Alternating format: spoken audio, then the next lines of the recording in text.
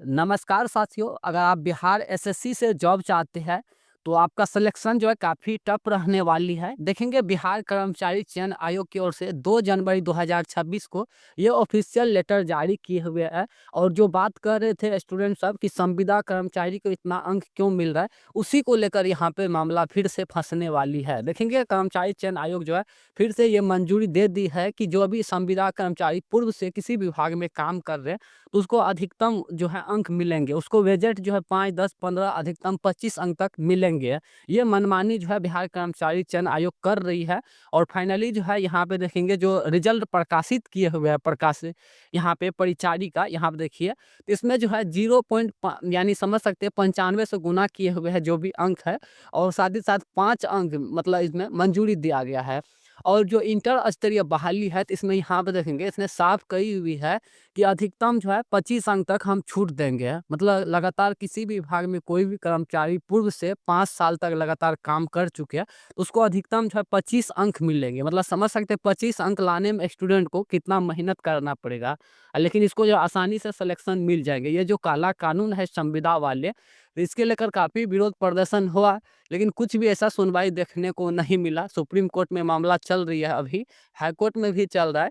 बाकी यहाँ पे देखेंगे विज्ञान प्रौद्योगिकी एवं तकनीकी शिक्षा विभाग बिहार पटना द्वारा प्रकाशित विज्ञापन संख्या इतना इतना अंतर्गत कार्यालय परिचारी हेतु परीक्षा फल जो है 1190 कैंडिडेट का जारी किया गया, जिसमें से जो है 85 कटअप गई हुई है। ठीक है, जो 85 कटअप पे सिलेक्शन नहीं हुआ है, आपका नहीं होने का कारण यही था जो पूर्व से संविदा कर्मचारी कार्यरत थे उसको 5 अंक अधिक यानी 90 पर जो है कटअप गया था।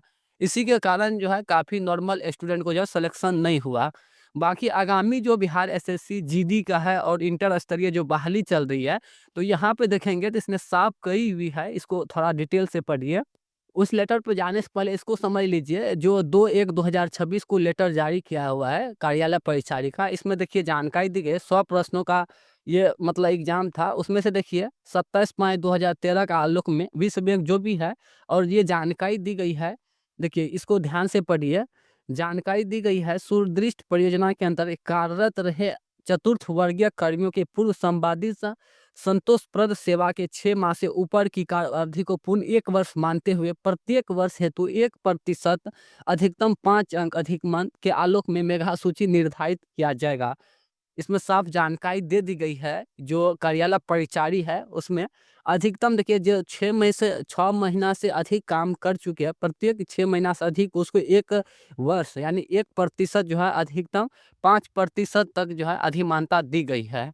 मतलब समझ सकते हैं इसने जानकारी दिए हुए है कार्यालय परिचारी के लेकर कि जो लगातार 6 महीना तक किसी विभाग में काम कर चुके हैं, तो 1% अधिकतम जो है 5% तक जो है उसको अधिमानता दी जाएगी। मतलब लगातार किसी विभाग में कोई 5 साल काम कर चुके हैं तो उसको 5% अधिकतम इसमें मिलेंगे। ये पिछला जो है नोटिफिकेशन है उसके अकॉर्डिंग दिया हुआ है। बाकी जो इंटर स्तरीय बहाली हो रही है, लगातार 24,000 कुछ पदों पे फाइट करेंगे स्टूडेंट्स सर, तो उसमें देखेंगे तो किस प्रकार से संविदा कर्मचारियों को काफ़ी बड़ी छूट मिलने वाली है, उस चीज़ को आप लोग समझ लीजिए। और उसने ये भी यहाँ पे जानकारी दी रहे हुए है कि कार्यालय परिचारी पद हेतु जो अभी ऑनलाइन चालू हुआ था 23 सितंबर से लेकर के 31 अक्टूबर तक, इसके लेकर भी जानकारी दी गई है, जो जिसमें से 3,46,777 टोटल आवेदन हुए हैं। तो उसमें भी यही प्रक्रिया अपनाए जाएंगे। अधिकतम जो है मतलब समझ सकते हैं 25 अंक तक जो है मिलेंगे। इसमें देखिए जानकारी दी गई है कि प्राप्त आवेदकों के आलोक में अभ्यर्थियों की लिखित परीक्षा का आयोजन बिहार कर्मचारी चयन आयोग द्वारा किया जाएगा। लिखित परीक्षा का प्रश्न मैट्रिक अथवा समकक्ष के स्तर पर होगा, जो वस्तुनिष्ठ एवं कुल 95 अंकों की होगी। सभी प्रश्न वस्तुनिष्ठ होंगे। बिहार कर्मचारी चयन आयोग द्वारा परीक्षा फल आयोजन मेधा के आधार पर नियुक्ति की अनुशंसा की जाएगी। उक्त लिखित परीक्षा का प्रश्न पद 100 प्रश्नों का होगा। अभ्यर्थियों द्वारा अंकों में 0.95 से गुना कर दिया जाएगा। और देखिए जानकारी दी गई है इसमें कि जो मतलब प्रतिशत लाएंगे जो भी स्टूडेंट, तो उसके लेकर जो अधिक मान्यता दी जाएगी, तो इसको नीचे से यहाँ पे पढ़ेंगे तो जानकारी दी गई है। तो 60 गुना 95 मतलब इतना प्रतिशत प्राप्त मानते हुए मेगा सूची का निर्माण किया जाएगा। नोट ख यदि विश्व बैंक पॉलिटेक्निक सुदृढ़ जो भी है प्रतिशत अंक प्राप्त होते हैं, मतलब जो संविदा और सोर्सिंग जो भी कर्मचारी है, तो देखिए जानकारी दी गई है, अगर वही कैंडिडेट 60% अंक प्राप्त करते हैं तो उक्त अभ्यर्थी का 60% प्राप्त और 0.95 से गुना करने पर तो देखिए उसको 1% मतलब 1% जो है उसको एक्स्ट्रा अंक मिलेंगे, यानी 61% जो है प्राप्त मानते हुए मेगा सूची का निर्माण किया जाएगा। तो कहीं न कहीं नॉर्मल एक स्टूडेंट के अकॉर्डिंग जो है संविदा कर्मचारी को 1 अंक ज़्यादा मिलेंगे। अगर वही 5 साल लगातार काम कर चुके हैं, तो 5 अंक जो है उसको ज़्यादा मिलेंगे। ठीक है? ये जानकारी दी गई है जो पिछले नोटिफ़िकेशन है उसके अकॉर्डिंग।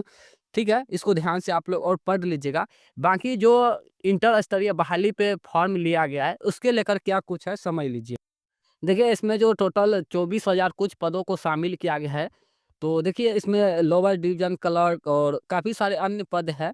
तो इसके लेकर यहाँ पे देखेंगे तो इसमें इसमें साफ जानकारी दी गई है, संविदा का आधार पूर्व में अभ्यर्थियों द्वारा प्रति वर्ष की गई संतोषजनक सेवा के अधिकतम 5 अंकों एवं प्रति वर्ष की दर से अधिकतम 25 अंकों की अधिमानता दी जाएगी। ये काफ़ी बड़ी जो है अंक मिलने वाली है आगामी इंटर स्तरीय जो बहाली होने वाली है फाइनल, तो उसमें संविदा कर्मचारी को अधिकतम 25 अंक का जो है छूट मिलेंगे। बाकी जो कार्यालय परिचारी है तो उसमें मिल ही रहा है, आप देख सकते हैं 2/1/2026 का नोटिफिकेशन जारी किया हुआ है और जो पूर्व से कार्यरत थे तो उसको इस प्रकार से मतलब अधिमानता दी गई है। तो आगे आगे जो है आने वाले समय में मतलब संविदा कर्मचारी को अधिकतम जो है 25 अंक तक छूट दी जाएगी।